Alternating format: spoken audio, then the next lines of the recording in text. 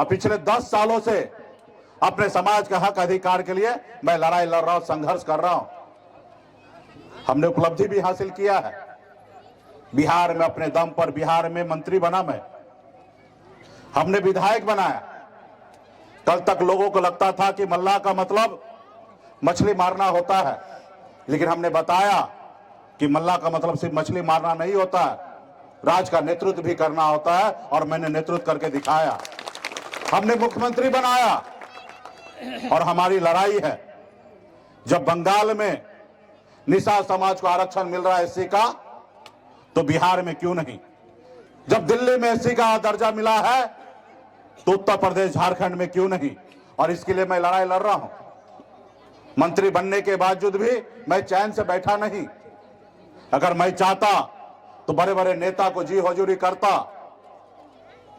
दूसरे को जिंदाबाद करता, तो आज भी मैं मंत्री बना रहता। लेकिन मैं मंत्री का पद को ठुकराया, उसका परवाह किए बगैर बड़े से बड़े शक्ति के साथ मैंने लड़ाई लड़ा, संघर्ष कर रहा हूं, क्योंकि हमें आरक्षण चाहिए। इस समाज को आगे बढ़ाने के लिए बाबा साहब भीमराव अंबेडकर ने संविधान में हमें ताकत दिया कि आरक्षण के जरिए आप आगे बढ़ सकते हो। आज हमारे पूर्वज का हजारों साल लोगों ने गुलाम बना के रखा था।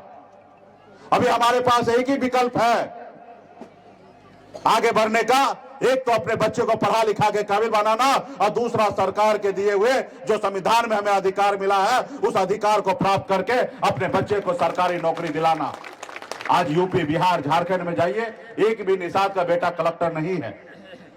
आज हमें अगर आरक्षण मिल गया होता तो दर्जनों निषाद का बेटा कलेक्टर होता, एसडीओ होता, बीडीओ होता, सीओ होता, डॉक्टर होता, इंजीनियर होता, लेकिन नहीं हुआ।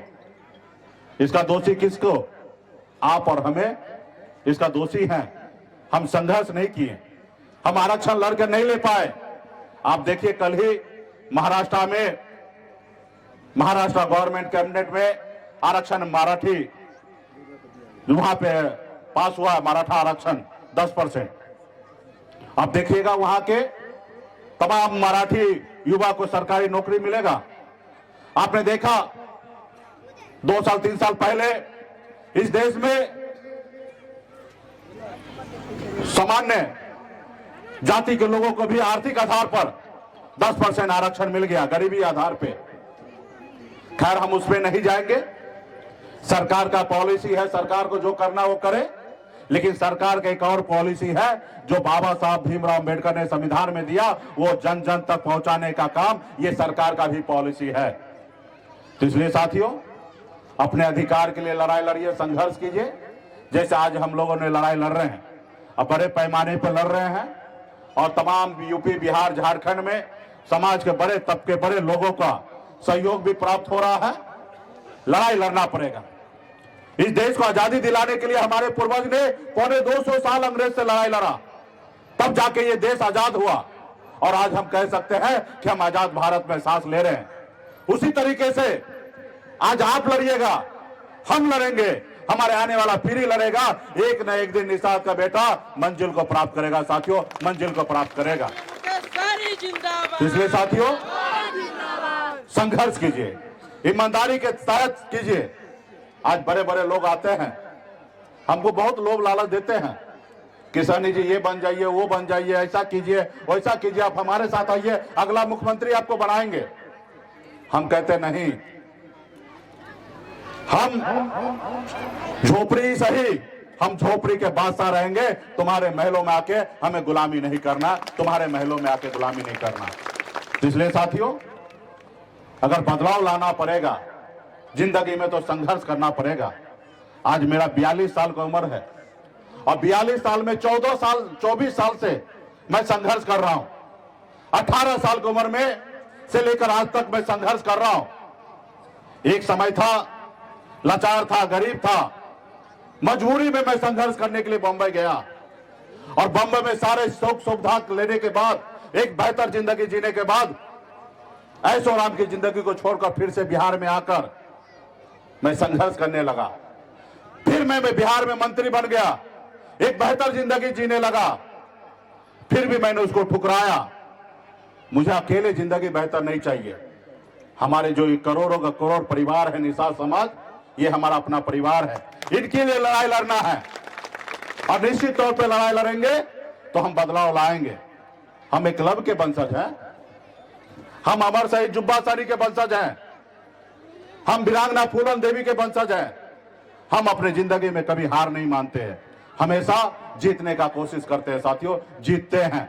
इसलिए तमाम हमारे पार्टी के जितने भी यहाँ पे उपस्थित साथी हैं, आप सब जिस तरीके से साथ दे रहे हो उसी तरीके से आप लोग मदद करते रहिए और बड़े संख्या में माता बहन है, आप सबसे भी आग्रह करेंगे कि आप अपनी हर जरूरत को कम कीजिए, लेकिन अपने बच्चे को पढ़ा लिखा के काबिल बनाइए। आज अगर हमारे माता पिता हमें नहीं पढ़ाया रहता तो आज मैं इस मंच पे खड़ा होता नहीं होता। आज हमारे प्रोफेसर साहब हैं, पढ़ाई लिखाई करके कई प्रोफेसर बनाए।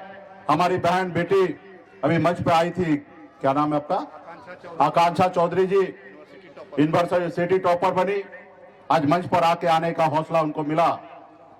अगर इनकी माता पिता इनको नहीं पढ़ाते तो आज ये मंच पे नहीं आ पाती। तो ऐसे माता पिता को मैं धन्यवाद देता हूं। और सभी, जरूरी नहीं है कि पढ़ाई लिखाई करके आप सीधा कलेक्टर बन जाइएगा, ये तो आपके नसीब में होगा, आप सरकार का जो व्यवस्था है उसके जरिए आप होंगे। लेकिन अगर एजुकेशन आपको मिल जाएगा तो जिंदगी में जीते जिंदगी आप स्वर्ग पहुंच जाइएगा। आपको पता होगा कि अच्छा काम क्या है, बुरा काम क्या है, आपको समाज में कैसे जिंदगी जीना है। हर रोज आपको पढ़ाई लिखाई काम आएगा अपने जिंदगी में। जैसे आपको भोजन जिंदगी जीने के लिए जरूरी है, उसी तरीके से आपका एजुकेशन जरूरी है। जैसे आपको 2 आंख जरूरी है, उसी तरीके से आपके पास विद्या जरूरी है। तो इसलिए तमाम हमारे माता बहन, समाज में भी जागरूकता आ रहा है, समाज हमारा धीरे धीरे आगे बढ़ रहा है। लेकिन हमें जितना उम्मीद है होना चाहिए, जितना हम आगे पहुंचना चाहिए, नहीं पहुंचे हैं। अगर यही समाज में जो एजुकेशन 30, 40 साल, 50 साल पहले आ गया होता तो आज आरक्षण के लिए हमें आज नहीं लड़ाई लड़ना पड़ता। हमें 40, 50 साल पहले हमें आरक्षण मिल गया होता। कोई ना कोई सा नब्बल्ला खड़ा होता और लड़ाई लड़कर दिल्ली के सीना पे चढ़कर आरक्षण ले लिया रहता। लेकिन हमारे लोग जागरूक नहीं है। हम मेहनत करते हैं, बहुत कुछ करते हैं, लेकिन जब समय आता है अपनी ताकत दिखाने का तो जो लोग चालाक है पहले से, वो हमारे लोगों को गुमराह कर देता है। तो इसलिए साथियों, बिहार में जब सर्वे हो रहा था आजादी के बाद, तो बिहार में, क्योंकि बंगाल में आरक्षण था एससी का, तो बिहार में भी एससी होने वाला था। लेकिन वहां पे कुछ लोग हमारे लोगों को बोला कि अगर तुमको कल से एससी अगर बना देगा तो तुम तो दलित हो जाओगे, और जब तुम दलित हो जाओगे तो तुम्हारे हाथ से हम पानी नहीं पिएंगे। और हमारे लोग पूर्वज, उनको समझदारी नहीं था, उस समय में उन्होंने विरोध कर दिया था कि हमें आरक्षण नहीं चाहिए, क्योंकि वो पढ़े लिखे नहीं थे। और जो टिक्का चंदन वाले लोग थे, जो समझदार लोग थे, वो उनको गुमराह कर दिए कि अगर तुमको आरक्षण मिल जाएगा तो तुम दलित हो जाओगे, तुम्हारे घर पे आएंगे नहीं, जाएंगे नहीं, तुम्हारे हाथ से पानी नहीं पिएंगे। अरे आरक्षण मिल रहा तो इसके लिए व्यवस्था है, हमें आगे बढ़ने के लिए ये व्यवस्था है। हम एससी हो, एसटी हो, ओबीसी हो, उससे क्या मतलब है। लेकिन हमारे लोग नहीं समझदार था तो उस समय ठुकरा दिया। अगर उस समय नहीं ठुकराया रहता, उस समय लड़ाई लड़कर ले लेता, तो आज हमारे बिहार में या झारखंड में, क्योंकि पहले बिहार झारखंड तो एक ही था, हम एक ही परिवार में थे, आज हमें आरक्षण मिल गया होता और आज हमारा समाज कितना आगे बढ़ गया होता। लड़ाई भी लड़ते तो मिल गया रहता। खैर, आने वाला समय में बस आप लोगों का सहयोग रहिए। दुनिया का हर ताकत से मैं लड़ाई लड़कर आपके लिए हक अधिकार को लेकर रहूंगा साथियों, हर हक अधिकार लेकर रहूंगा। बहुत बहुत धन्यवाद तमाम हमारे पूजा कमेटी के सभी सदस्यगण, यहाँ पर उपस्थित पार्टी के सभी पदाधिकारीगण, आप सभी को बहुत बहुत धन्यवाद देता हूँ। फिर आप लोगों के बीच में हम आएंगे। बहुत बहुत धन्यवाद।